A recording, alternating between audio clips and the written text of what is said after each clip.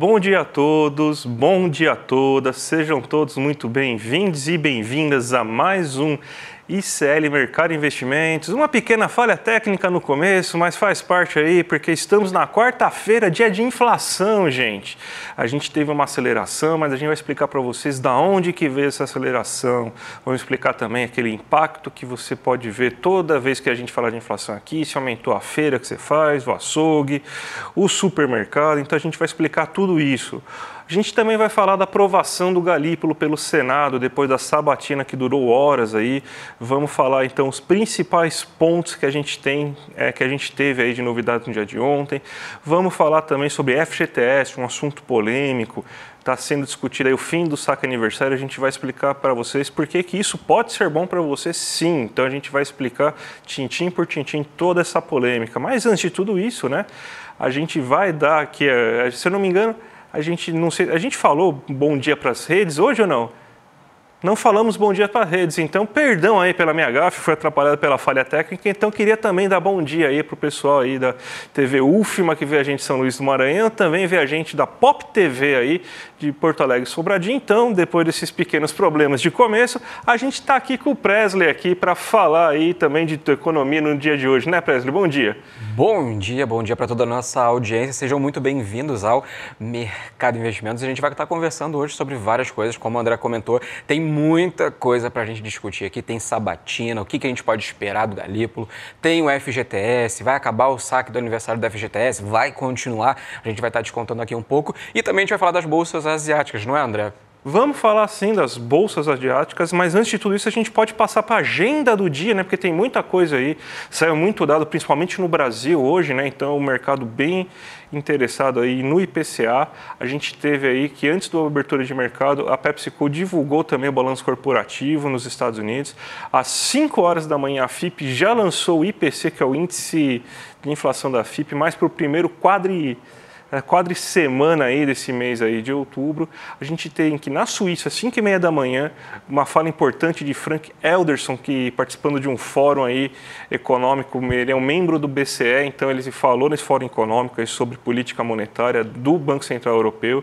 Às 8 horas da manhã, você teve o IGPM de outubro do primeiro decêndio sendo divulgado também na FGV, então os índices de inflação dominando a agenda brasileira, e PCS, que é o índice semanal aí da FGV, também aí sendo destaque, aí sendo divulgado às 8 horas da manhã pela FGV, e o IBGE divulgando aí seu bloco aí de índices inflacionários, como o IPCA de setembro, agora no mês de outubro, aí às 9 horas da manhã, o INPC e o INCC, que é o Índice da Construção Civil. Então, você teve diversas divulgações de índices inflacionários, sendo grande destaque, pelo menos nessa primeira parte da manhã. A gente tem mais aí para a gente falar, né?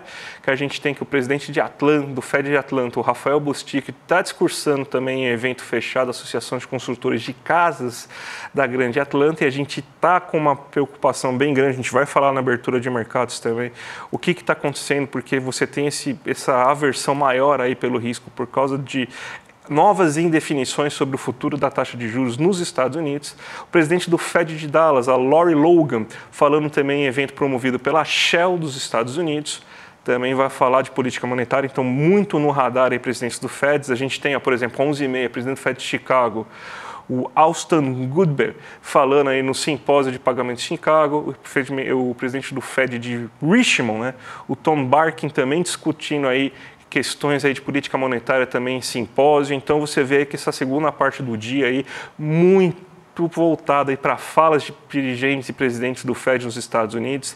Isso aí está deixando os mercados bastante receosos, bastante contidos, pouca liquidez aí, inclusive gerando pequenas quedas aí nos mercados mundiais, alta no dólar aqui, mas a gente explica com mais calma depois. Também temos que o Departamento de Comércio dos Estados Unidos divulgou os estoques no atacado de agosto. Os estoques de petróleo também foram divulgados nessa manhã aí, dessa semana até do dia 4/10, aí a gente tem essa marca aí. Eu acredito que tenha mais a terceira parte da agenda agora, né, para a gente finalizar. Então você tem aí que Taiwan, você tem aí que depois do final do dia a gente vai ter a Taiwan, a TSMC, eu prefiro falar isso porque o nome é muito complicado, está divulgando os dados de venda de setembro, isso daí pode dar uma balançada nos mercados amanhã, principalmente os mais ligados ao Ocidente, aí também mais ligados à tecnologia, então também entra no fluxo aí. Mas a gente tem mais presidentes do Fed falando aí, o presidente do Fed aí, vice-presidente do Fed, Philip Jefferson, a gente tem aí presidente do Fed de Boston, a Susan Collins, o presidente do Fed de São Francisco, a Mayday também, todo mundo falando aí sobre política monetária num congresso ou num outro, num seminário, então, muito voltado para essas falas de presidente do Fed. O Banco Central vai divulgar hoje às 2h30 da tarde o fluxo cambial dessa semana e você tem, então, inclusive aí que o Fed vai divulgar a ata da última reunião de política monetária aí do FONC. Então, presidentes do Fed aí deixando os mercados internacionais bastante tensos e aqui no Brasil a inflação como a principal pauta, né, Fresley? Pois é, e inclusive é muito importante sempre a gente lembrar que esses dados de inflação impactam o seu bolso. Então, sempre ficar de olho no que está acontecendo vai ajudar você, inclusive, a repensar nas suas trajetórias ali, no que você vai fazer, quanto que isso vai te afetar, porque, afinal de contas, é o seu dinheiro.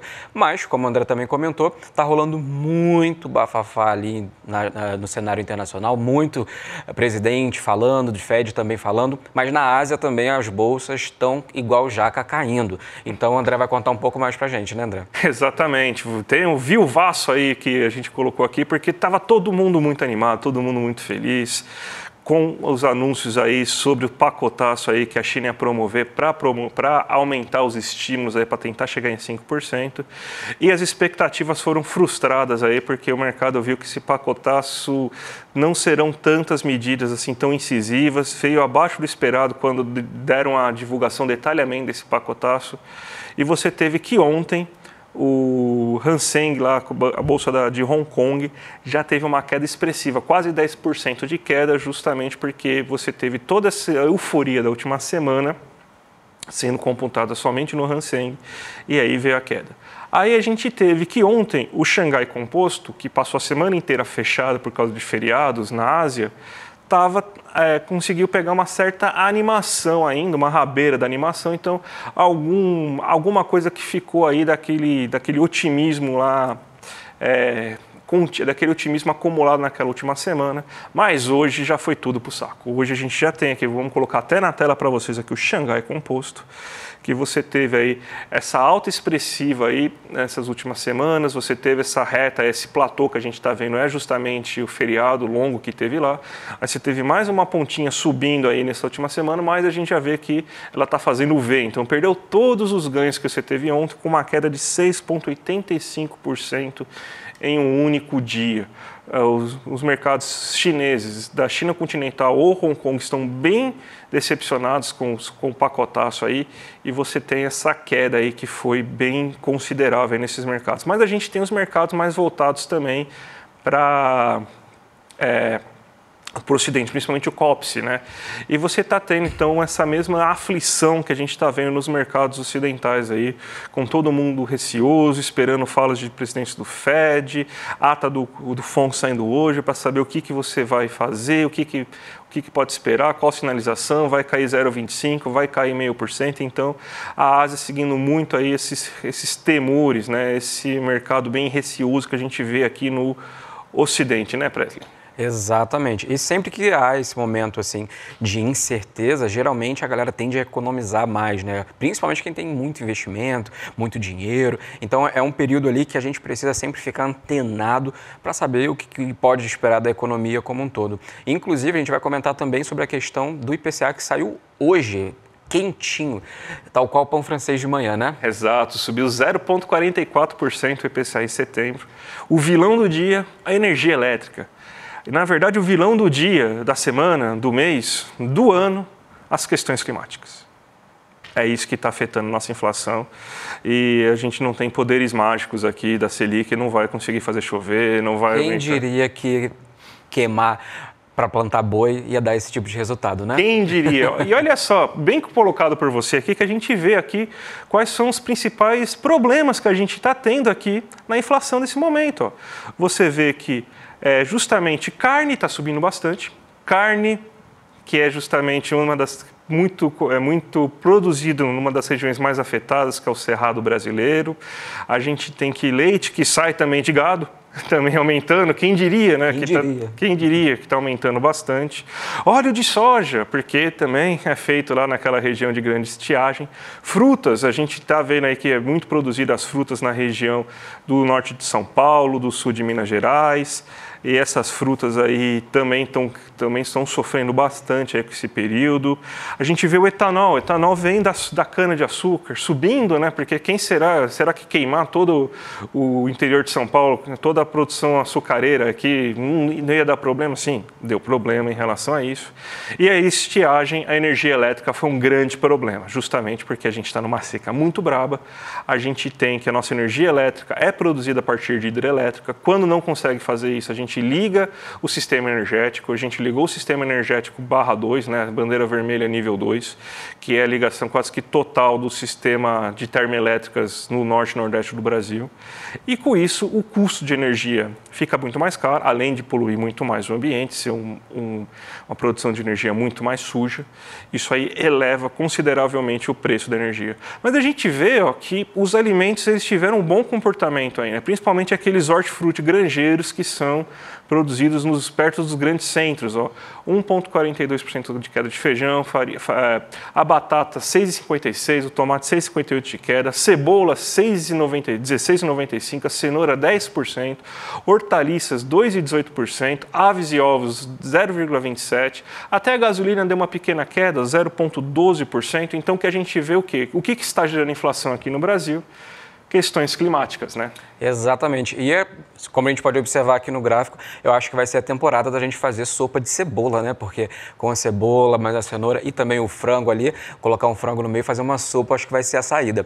E como o André comentou, a questão climática como um todo acaba afetando. Então, a parte de seca, queimadas e tudo mais, faz esse resultado parecer para a gente, às vezes, muito abstrato, se a gente imaginar apenas as questões como números, mas se a gente analisar como prática, no dia a dia, e locais principalmente que não estão tão próximos da gente, como os locais que o André também citou, a gente pode observar que para chegar na nossa mesa esse preço vai ficar muito mais caro. Se a gente fizer uma comparação com os últimos 12 meses, tivemos um aumento de mais de 4%, e em comparação com esse mesmo período do ano passado, nós temos uma inflação também maior. E isso acaba prejudicando principalmente as pessoas de baixa renda, por conta, até mesmo como a gente pode observar aqui, da composição dessa inflação que gira em torno dos alimentos, né, André? Principalmente vai ser uma inflação muito pesada que mesmo os alimentos não tendo tanto peso, né? A gente tem alguns alimentos mais voltados a essa produção não tendo tanto peso, mas a energia elétrica é uma coisa que todo mundo paga. Exatamente. E pesa muito mais para pessoas com menor renda. Vamos colocar aqui aqueles gráficos que a gente mostra aqui como que é a inflação nos locais que você faz compra, no açougue, na feira, no supermercado não é a entidade mágica que a Faria Lima segue, nos boletos, no lazer. Então a gente vê justamente o quê? O que está subindo? É o açougue, justamente que as carnes estão muito mais caras por causa da questão climática. Então você teve uma alta, a gente viu das carnes no geral de mais de 2%, mas o açougue como um todo, a gente coloca também alguns embutidos, a gente coloca carne de frango, alguns suínos também no meio disso tudo. Você teve uma alta de 1,65% no custo para fazer o açougue esse mês. Nos últimos 12 meses, o açougue que vinha caindo consideravelmente, a gente mostrava aqui para vocês, a gente já tem uma leve alta agora de 2,8%, mas abaixo do que a gente tem de inflação acumulada, que tem 4,42%. A feira, que é o hortifruti granjeiro, basicamente, hortaliças, frutas, leguminosas e tudo mais, mesmo com a alta das frutas, ela ainda conseguiu apresentar uma certa baixa, de 0,77%. Mas ainda assim, ainda está muito pesado se a gente pegar no acumulado 12 meses. A gente está com um problema climático desde o começo do ano, a inflação de alimentos é o grande vilão do ano, mesmo a gente tendo agora outros problemas mais evidentes, mas a inflação de alimentos, pelo menos nos 6 primeiros meses do ano, foi muito pesada. Então a gente tem um acumulado de 13,49%, ou seja, a feira está quase 14% mais cara agora em setembro de 2024 do que estava em setembro de 2023. O mercado, que é o supermercado, teve uma alta de 0,55%, fazendo com que agora o acumulado de 12 meses chegasse a 4,57%. Quando a gente coloca isso, também coloca itens de bazar, limpeza, congelados, alimentos industrializados e tudo mais também nesse mercado. Os boletos subiram 0,98% nesse mês e você já tem, então, 5,40%, né, do 5,54% dos boletos nesse momento. E isso aí é reflexo justamente da alta do preço da energia elétrica, que puxou muito o preço dos boletos, das contas que a gente paga todo santo dia, e também de outras taxas, como aluguel subiu bastante esse mês, a gente teve também uma certa alta na tarifa de água, então foram esses boletos que acabaram surgindo, foram mais as tarifas públicas que subiram. E olha quem diria que todo mundo fala de uma inflação muito forte de lazer, de uma inflação muito forte de serviços, e lembrando que quando a gente está falando disso, é o emprego que você tem aí, você que trabalha com serviços, que oferece serviço, que trabalha num bar, num restaurante, tem um barzinho, um restaurante, um cabeleireiro, uma manicure, um encanador, um pedreiro, esse tipo de serviços aí que quando você aumenta a Selic, que ajuda a controlar a inflação, porque daí você perde seu emprego, perde sua renda e você controla a inflação a partir disso. Então, é os sacrifícios necessários para você criar isso. Então, esse tipo aí de coisa que está acontecendo é justamente a Selic controla aí. Mas olha, teve queda no lazer. O lazer caiu nesse mês, então cadê a inflação de serviços? A economia brasileira subindo tão acima do esperado. Então, cada vez mais que a gente observa a inflação, a gente vê mais que são problemas de oferta, não tem nada a ver com problemas de demanda.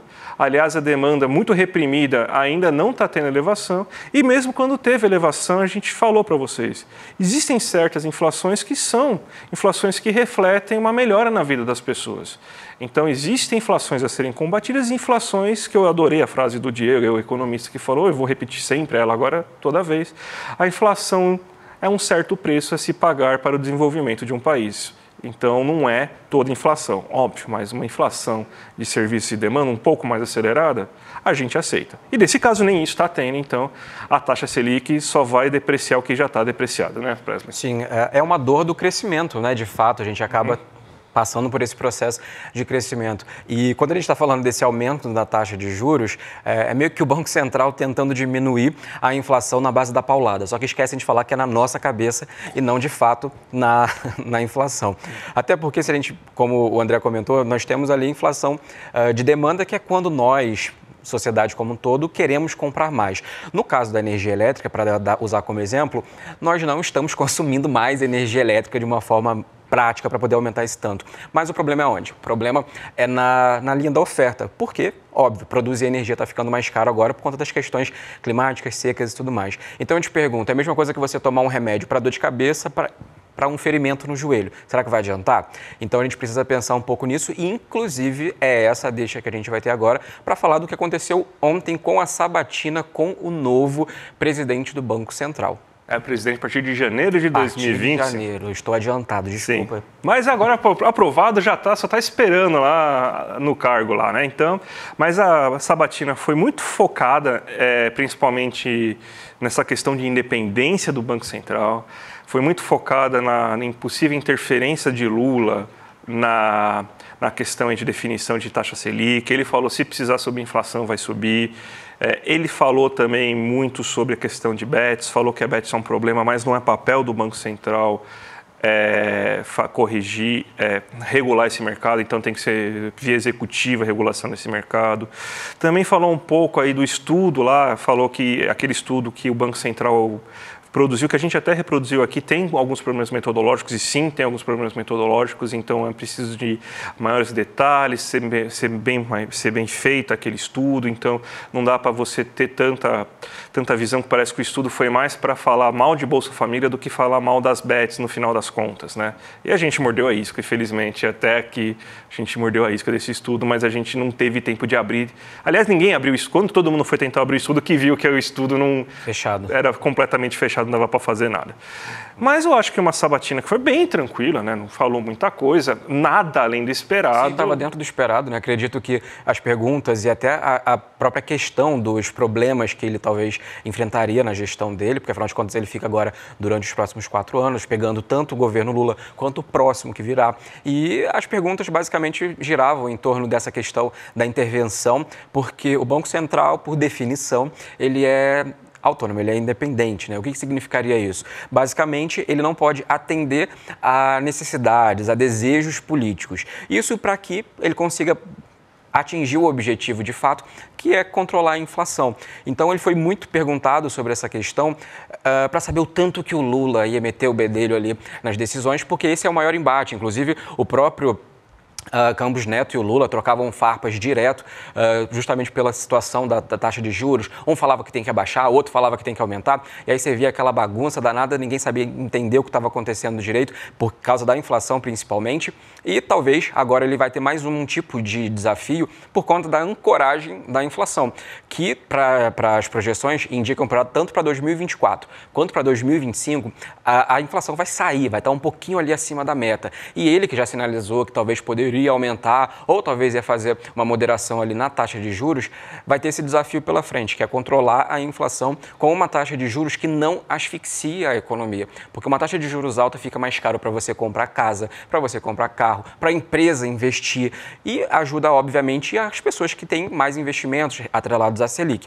Só que se a gente levar em consideração que a gente precisa do nosso salário para ter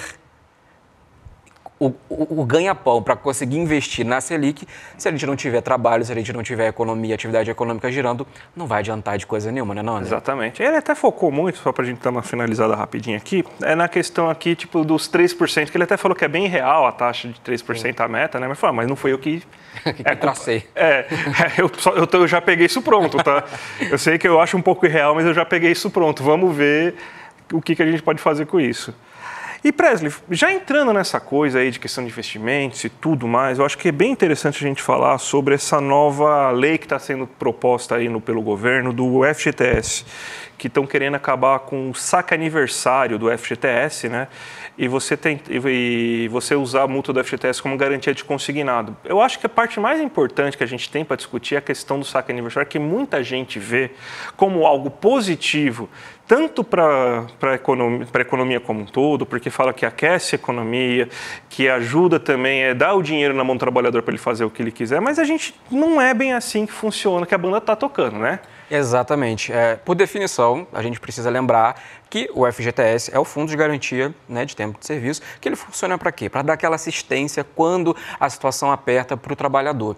E se a gente levar em consideração que nos últimos anos, depois dessa liberação do saque aniversário, as pessoas estão usando para comprar blusinha, para comprar videogame, para comprar coisas no geral, que não necessariamente correspondem com a necessidade primária disso. E o que isso dificulta, principalmente quando a gente está levando em consideração os principais afetados nesse momento do desemprego, né? Que é onde a corda arrebenta, geralmente é no laço mais fraco, que as pessoas, quando usam esse dinheiro, acabam perdendo acesso, acabam perdendo também esse fundo e acabam ficando desprotegidos. Então, várias vezes eu já vi vários comentários das pessoas que pegaram esse saque e fizeram o saque, na verdade, e acabaram se arrependendo porque no momento da necessidade de fato, acabou que as coisas desandavam. E é por isso que a gente precisa analisar com calma na hora de ter essa decisão. Porque o saque aniversário da FGTS, ele foi criado para tentar fazer ali, dar um chorinho na economia, jogar ali um pequeno sal, um pequeno tempero, mas no final das contas ele pode até se tornar mais caro porque ele pode gerar endividamento, que é o que aconteceu bastante nos últimos anos, né, André? Sim, e tem um outro lado, que é o lado da questão aí, vamos dizer, um lado mais macroeconômico também, que é um grande problema estrutural da economia brasileira, que é o seguinte, que você tem uma diferença entre o que seria o crédito de curto prazo, que é o que o setor comercial brasileiro faz, né? A gente está falando dos grandes bancos, que é aquele empréstimo que você dá para um consignado, para comprar uma casa, para comprar um carro. Aliás, a casa mesmo já tem esse problema, porque a casa é geralmente financiada pela Caixa, né? Então, não usa o FGTS, mas usa as cadernetas de poupança para usar isso como fundo emprestável. Mas voltando, então, a gente pegar um consignado, um carro, um empréstimo pessoal, ou até um empréstimo empresarial que vai durar seus 5 anos no máximo, você não precisa de um fundo, uma garantia, um fundo, você consegue se alavancar sem grandes problemas. Ou seja, você não precisa de dinheiro guardado no cofre do banco para você realizar esse empréstimo. O banco ele consegue, com os mecanismos de proteção que ele mesmo cria e tudo mais, com o fluxo que ele tem, ele consegue fazer esse empréstimo sem grandes problemas, então ele não precisa de dinheiro no caixa, somente aquele obrigado pelas leis da Basileia e tudo mais, das regulações, para fazer isso. Então você tem então que o nosso sistema bancário privado, ele é um sistema que está preparado para fornecer crédito em curto prazo. Só que a gente sabe que investimento você não consegue investir com só 5 anos de empréstimo. Você precisa de empréstimos de 10, 20. Itaipu foram 40 anos de financiamento, para vocês terem uma ideia. E para isso você tem que ter dinheiro, estoque de dinheiro guardado no cofre do banco, de uma maneira um pouco mais simplista, ou chula até de falar, mas dinheiro guardado no banco. E quem consegue emprestar no longo prazo aqui no Brasil, quem quer emprestar no longo prazo? Porque, na verdade, os bancos comerciais fizeram uma escolha de não querer emprestar no longo prazo, porque eles vivem de rentíssimo, é muito mais fácil, o risco é mínimo, posso emprestar só no curto prazo, não tem grandes problemas. Então, quem quer emprestar? Justamente só o BNDES. E qual que é o dinheiro que ele utiliza para você fazer esse empréstimo? Porque você tem que ter um fundo lá para evitar problemas, porque é tão longo prazo que você precisa realmente de um fundo para conseguir compensar possíveis perdas nesse longo prazo. É o FGTS que é isso. Então, quando você tira dinheiro do FGTS, você também tira a capacidade do sistema financeiro brasileiro de se financiar no longo prazo.